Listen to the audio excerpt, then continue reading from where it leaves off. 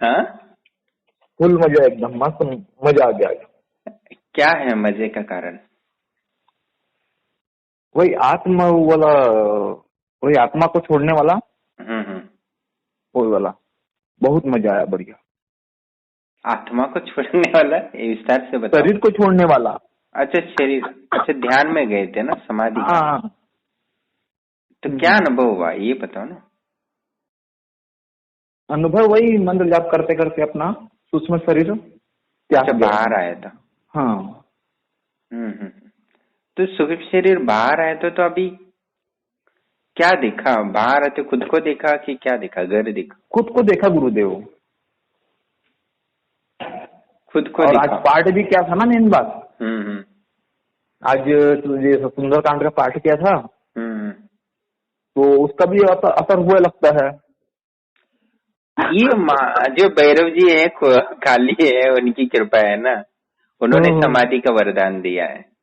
अब मुझे क्या ये मालूम, तो अब आप ही जानो अब। ये जो समाधि प्राप्त होती है ना, सूर्य शरीर से बाहर निकलना, ये माँ काली और भैरव जी की कृपा है।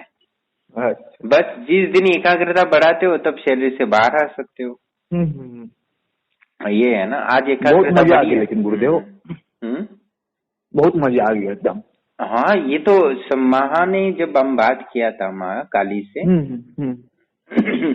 तो माँ ने यही कहा था, ये समाधि को प्राप्त करेगा, बस इसको और एकाग्रता बढ़ानी जरूरी है। हाँ गुरुदेव। तो ये ध्यान की क्रियाओं में और जाओगे आराम से। हाँ। तो यानी थोड़ा सा पुण्य हम लोगों की सेवा करते हैं, तो हमारा जो पाप दोष है, कर्म बंधन है, वो टूट जाएगा। उसके पश्चात तो पूरा सारे बंधन शरीर के खुल जाएंगे ना, तो जो चलते फिरते दिव्यानंद होता है, ठीक है, हाँ गुरुदेव। वो हम प्राप्त कर सकते हैं। जैसे मैं चलते फिरते दिव्यानंद को प्राप्त होने के बाद सब मन की दुविधा हो, बुद्धि की विचारधारा हो, जो मन में बेचैनी होती है, विचार चलते रहते हैं ना, हाँ गुरुजी। उनसे परे हो जाते हैं। यानी विचारों से, विचारानुभूति समाधि से भी परे हो जाएंगे। हाँ। तो आनंद अनुभूति समाधि से पहला स्टेज होता है विचारानुभूति, यानी विचारों से परे हो जाते। बस हमें आगे मैं बताऊंगा सर आपको ध्यान की क्रिया वगैरह। ये वो तो क्या है कि जब करते करते ही समाधि लग जाती है ना, ऐसा थोड़ी ना कि हाँ कि ध्यान करके समाधि लगती है, ऐसा थोड़ी ना है। जब करते करते भी समाधि लग जाती है। हाँ, मेरी तो ऐसी होती है तो गुरुदेव, वही जब समाधि करते है ना, करते जो समाधि में जब चले जाता हूँ समाधि मैं तो। कहते हैं। मैं ना जब करते करते समाधि में चले जाता हूँ मैं। क्योंकि तुम्हारा ऐसा है ना कि तुम नियमित रूप से करते हो। इसका कारण है कि वही कारण है कि तुम्हें वो जब समाधि प्राप्त हुई। हाँ। तो इस वजह से वो सूक्ष्म शरीर को इतनी ऊर्जा देता है, और इस वजह से वो शरीर से बाहर आने की क्षमता होती। तो इसको और ऊर्जा बढ़ाते हो तो जब आप मृत्यु के पश्चात भी सूक्ष्म शरीरधारी बन सकते हो। ये तो है। हाँ गुरुदेव। तो मैंने एक बार बताया था तुम्हें कि माँ ने ऐसा कहा है कि सूक्ष्म शरीरधारी बनने की संभावना है, जिसे जन अब कल्याण मुझे बनने थोड़ी के मालूम पश्चात है भी कर गुरुदेव, सकते हो। हाँ? अब मुझे थोड़ी मालूम है तो। अच्छा, चलिए ठीक है। बहुत सारे लोगों को लगता है त्रिकालदर्शी बन गया, सिद्धि मिल गई, बस हो गया, बाकी कुछ ज़रूरत नहीं है, बस पैसा कमाओ, शांति से रहो। पर यहाँ नहीं होती। यहाँ से तो शुरुआत होती है शक्तियों को जानने की, और शक्तियों को पहचानने की, और उनको समझने की, और उनसे लाभ लेने की, और ऊर्जा को समझने जो शाश्वत है। ठीक है। तो बहुत सारे नकारात्मक सोच वाले होते हैं, स्वार्थी होते, तो उनका दिमाग वहाँ तक जाता ही नहीं है, समाधि तक। जो समाधि का आनंद है, जो साधक अनुभव कर रहा था, वो परम आनंद है, और परम सत्यचित आनंद कहते हैं, परमेश्वर का आनंद कहते हैं। सुनने में तो बहुत आता है उपनिषदों में ही, पर इसका अनुभव कोई कोई कर पाता है। और हमें उस परम तत्व की ओर आगे बढ़ना है, भले ही कितनी सिद्धियाँ मिले, उन सिद्धियों का यूज करके हमें उस परम तत्व की ओर जाना ही परम लक्ष्य होना चाहिए हर साधक का।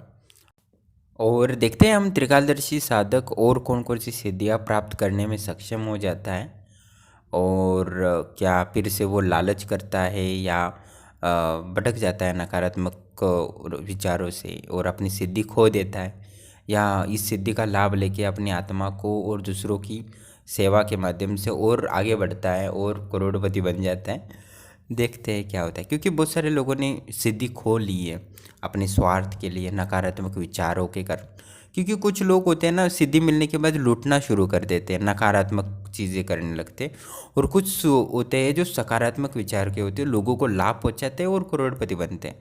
और कुछ लूट के बनते हैं, झूठा बोल के। तो ऐसा भी होता है, और ऐसे करने के प्रयास बहुत सारे लोगों ने किया है।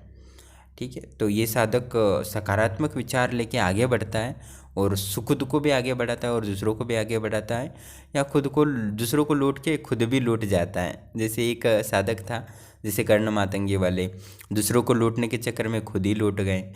और यक्षिणी साधकनाथ साधक थे, वो त्रिकालदर्शी बन गए थे वो भी। तो उन्होंने भी नकारात्मक विचारों के कारण दूसरों को लूटने के चक्कर में खुद ही लूट गए हैं। तो ऐसा भी होता है। तो देखते हैं क्या होता है, क्योंकि प्रकृति कर्म से स्वतंत्र है कोई भी। तो स्वतंत्र है कर्म करने के लिए, उसका परिणाम भोगने के लिए भी वो उन्हीं को होता है। और हमें बस देखना होता है और साक्षी बनना होता है हर परिस्थिति का। तो मैं भी बस साक्षी बनता रहता हूँ। जिनको सिद्धि चाहिए उनको देता हूँ, जिनको संभालना है तो संभाले, और नहीं संभाल पाते हो तो बस छीन जाएगी सिद्धि, सही से यूज़ नहीं करोगे तो मैं जो चाहता आता है उसको सबको सिद्धियाँ देता हूँ, सही ज्ञान देता हूँ। पर लाभ वही ले पाता है जो सकारात्मक विचारों से आगे बढ़ता है। ठीक है, देखते हैं अभी एक देखने का मज़ा है, साक्षी भाव में रहकर हम परिस्थिति को देखते रहते हैं, वो एक अलग ही मज़ा है। तो मैं किसी भी को ना एक सत्यचित यानी खुद के आनंद में ही रहना चाहिए, बाकी चीज़ तो वैसे ही रहते हैं। मैं जो भी बोलता हूँ वो मेरे दिमाग में कभी कुछ नहीं होता, मैं तो शांत और सत्यचित आनंद में ही रहता हूँ। बस वो समाधि का आनंद होता है, बस आंखें खोलता हूँ, बस वीडियो डालता हूँ, उससे कोई मेरा मतलब नहीं था, ना मेरा उसमें दिमाग होता है, ना मेरा मन होता है, ना बुद्धि होती है, ना कुछ होता है, ना विचार होते हैं। मैं तो बस काम करना होता है, शरीर है, जैसे शरीर की क्रियाएं होती है, तो हर व्यक्ति को काम करना चाहिए। वैसे मेरा कार्य है आश्रम को संभालना, तो मैं वो संभालता हूँ और फिर समाधि में चला जाता हूँ। 11 से 3 बजे ही जो विचार करने होते हैं विचार करता हूँ। 3 बज गए बाद मैं कुछ भी विचार नहीं करता हूँ। ठीक है, साक्षी भाव में रहता हूँ, कोई मतलब नहीं था दुनियादारी से, मैं अपने जंगल में मस्त रहता हूँ। और हर व्यक्ति को यही है कि सोचना चाहिए कि सांसारिक विचार करने हैं वो दोपहर के सुबह 6 बजे से शाम के 6 बजे ही। 6 के बाद मैं कोई विचार नहीं करूँगा, ना परिवार का ना करूँगा, ये करूँगा, मैं मुक्त हो जाऊँगा। ऐसा सोचने मात्र से वो मुक्त हो जाता है। ये प्रयोग करना चाहिए हर व्यक्ति को। मैं तो वो सिर्फ धन का सोचना हो या आश्रम का सोचना हो तो सिर्फ दोपहर के 11 से 3 बजे ही योजना बनाता हूँ, तभी कॉलिंग चलता रहता है, तभी वीडियो बनाना शुरू होता है, तभी कुछ होता है। और सब कुछ वही करता हूँ, बाद में सब भूल जाता हूँ, मुझे कोई मतलब नहीं होता किसी से। ना त्रिकालदर्शी होते हैं, न असफल साधक होते हैं जो ब्रह्मलोक आश्रम पर तांत्रिक प्रयोग करते हैं, उन पर भी कोई द्वेष नहीं होता। तो साक्षी भाव में रहना जरूरी है, वर्तमान में रहना जरूरी।